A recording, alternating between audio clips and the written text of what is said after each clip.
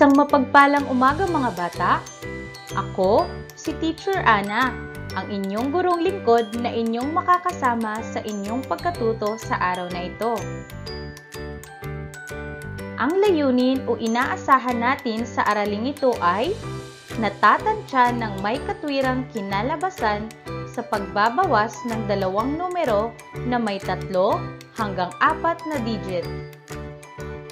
Mga bata, handa na ba kayong matuto? Kung tunay na handa na, sabayan nga si teacher. Handa na po ako. Sige nga mga bata, ulitin nga natin. Handa na po ako. Mahusay! Tara, simulan na natin. Mga bata, narinig nyo na ba ang salitang pagtatansya o round off sa Ingles? Alam nyo ba ang ibig sabihin nito? Tara, alamin natin. Ang pagtatansya, ito ay isang pamamaraan upang madaling mabilang ang bagay, pera, at iba pa. Narito naman ang mga hakbang sa pag-round off ng mga bilang. Una, tingnan ang digit na i-round off ayon sa pinakamataas na place value nito. Halimbawa, 7,876, 3,556, at 4,687. Pangalawang hakbang, kapag ang bilang sa kanan ng digit ay 5, 6, 7, 8, at 9, ito ay rounded up o rounded pataas, kaya dadagdagan ng isa ang digit sa place value. Halimbawa, 7,876, ito ay magiging 8,000. At ang bilang naman na 3,556, ito ay magiging 4,000. At ang bilang naman na 4,687, ito ay magiging 5,000. Para sa ikatlong hakbang, kapag ang bilang naman sa kanan ng digit ay 0, 1, 2, 3, at 4, ito ay rounded down o rounded pababa. Kaya, panatilihin ang value ng bilang. Halimbawa, 7,076, ito ay magiging 7,000. 3,256, ito ay magiging 3,000. At ang bilang na 4,487, ito ay magiging 4,000. Kung inyong mapapansin, ang bilang ng mga digit na ito ay bumaba sapagkat ang bilang na nasa kaliwa ay 0, 1, 2, 3, at 4. Kaya ito ay rounded down o rounded pababa. Ngayon, nais kong basahin at pag-aralan ninyo ang suliranin na ito mga bata. Ang paaralang elementarya ng Villalon Central ay nakapagtala ng 235 na bilang ng mag-aaral para sa ikatlong baitang sa unang araw. At mayroon namang 398 naman sa pangalawang araw.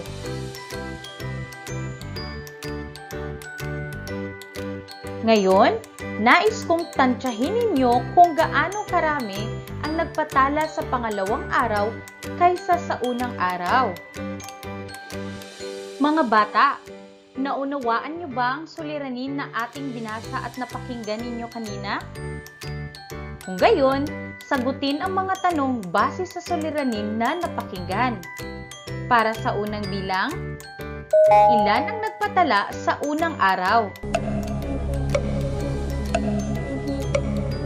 Mahusay! 235 ang bilang ng mag-aaral ang nagpatala sa unang araw. Para sa pangalawang katanungan, sa ikalawang araw, ilan naman ang nagpatala?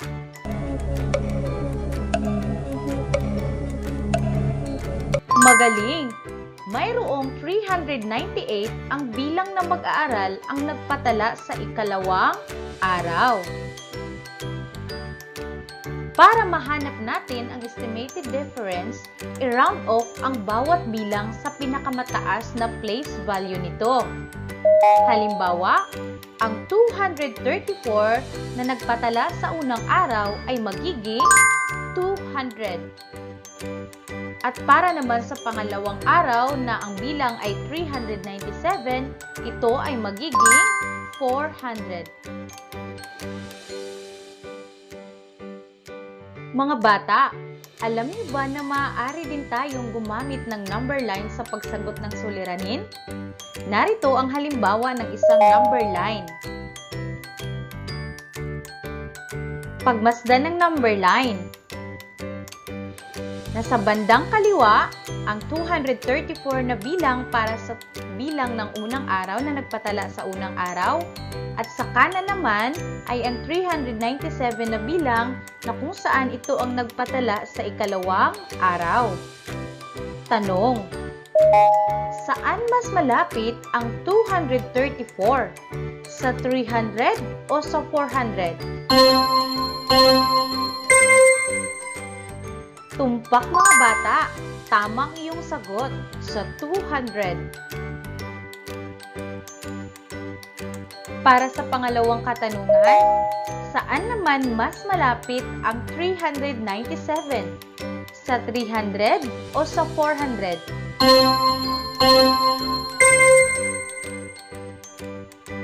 Magaling! Ito ay mas malapit sa 400. Ngayon naman mga bata, upang mas mapalawak pa ang inyong kaalaman tungkol sa ating aralin, pagmasdan ang paraan ng pagkuha ng tinantsyang pagkakaiba o tinatawag na estimated difference. Para sa eksaktong bilang, 397 minus 234 is equal to 163. At 400 minus 200 is equal to 200. Tandaan mga bata, sa pagtatansya ng may katwirang kinalabasan, sa pagbabawas ng dalawang numero na may 3 hanggang 4 na digit, tandaan ang mga sumusunod. Una, i-round off ang parehas na bilang sa pinakamataas na place value. Pangalawa, isagawa ang pagbabawas. At ang pangatlo naman, ang pag-round off sa mas mababang place value sa bawat bilang ay nakapagbibigay ng mas malapit na pagtatansya. Ngayon naman mga bata, upang subukin ang inyong natutunan sa ating aralin, narito ang isang gawain. Para sa panuto, sa pamamagitan ng pag-round off ng mga bilang na nasa ibaba sa pinakamataas na place value, tansyahin ang kinalabasan or difference ng sumusunod. Para sa unang bilang, sa eksaktong bilang. Narito ang eksaktong bilang, 6,581 minus 2,905 is equal to 3,676. Ngayon naman, para sa tinantsyang bilang. Ang 6,581 ay magiging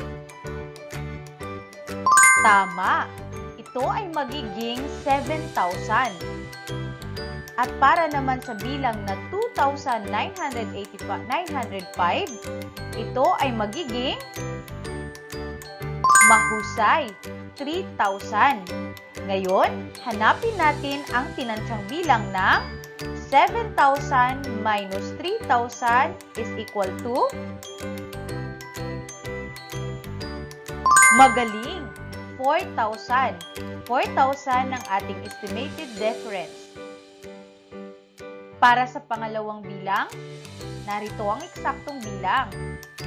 5,188 minus 3,252 is equal to 1,936. At para sa tinantsyang bilang, ang 5,188 ay magiging tama, 5,000. At ang bilang na 3,252 ay magiging magaling, 3,000. Ngayon, hanapin natin ang tinantsyang bilang ng 5,000 minus 3,000 is equal to tumpak, 2,000. 2,000 ang ating estimated difference. At para sa pangatlong bilang, narito ang eksaktong bilang. 8,984 minus 4,502 is equal to 4,482. Narito naman ang tinantsyang bilang. Ang bilang na 8,984 ay magiging magaling, 9,000. At ang bilang na 4,502, ito ay magiging mahusay, 5,000. Ngayon, hanapin natin ang estimated difference ng 9,000 minus 5,000 is equal to ang galing, 4,000. 4,000 ang ating estimated difference. Magaling mga bata! Binabati ko kayo. Nasagutan ninyo ang ating mga gawain. Kahanga-hanga. Maraming salamat sa pagsama sa akin sa aralin na ito. Ngayon, kung bago ka pa lang sa aking channel, huwag kalimutang mag-subscribe, i-like, at i-hit ang notification bell para lagi kayong updated sa mga bagong aralin ko.